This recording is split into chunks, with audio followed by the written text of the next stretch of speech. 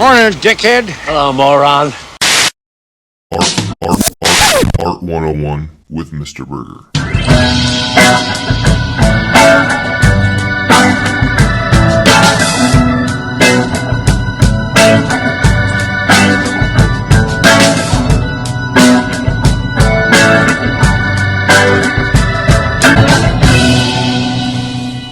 Well, hello, scholars, and welcome back to another episode of Art 101 with me, Mr. Burgher. I'm a professional artist and master educator attempting to bring you the best in art historical content.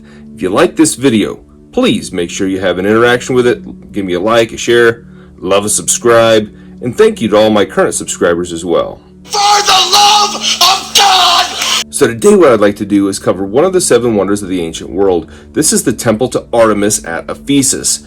Sometimes it has another name, and we'll get into that a little bit, as well as a lot of the other facts surrounding this one of the 7 wonders of the ancient world. The Temple of Artemis, or the Temple of Diana. Neil, tell him something or I will! Don't you tell him shit! See, Artemis was a Greek goddess, but the Roman goddess was Diana, so it kind of goes both ways,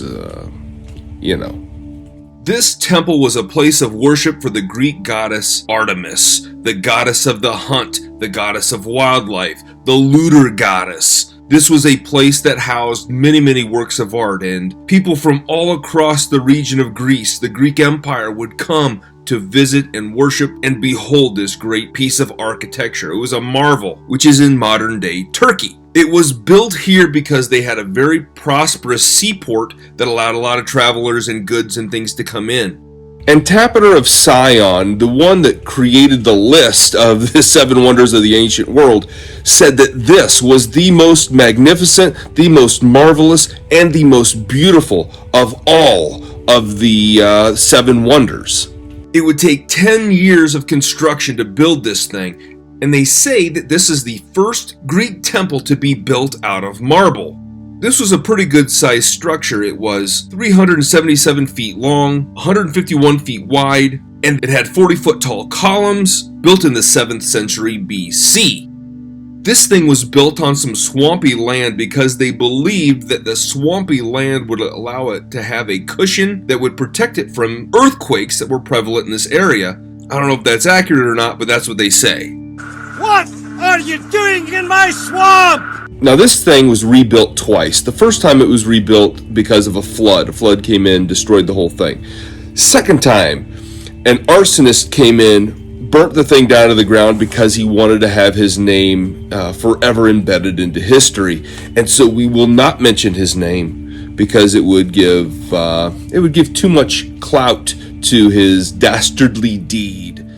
Now, the act of arson was committed on the actual day that Alexander the Great was born. And according to the legend, this was a symbol that Artemis was taking favor with the Macedonians and Alexander the Great, and he would rise to great power, as most of us know. And when he would take control of this region, he ordered that it was to be reconstructed.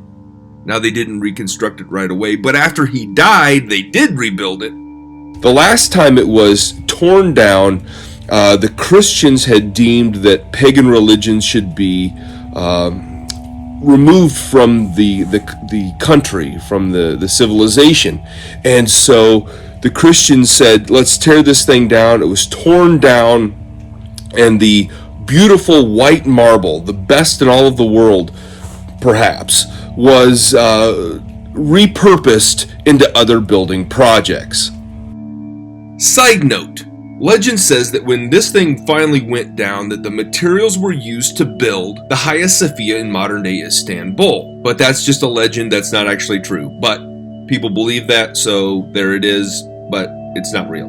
Anyway, parts of this story are told in the Bible, in the book of Acts. They do talk about the temple in Ephesus that would be torn down, and it is accounted for in the biblical theologies. Man, I love that story. Thank you for watching.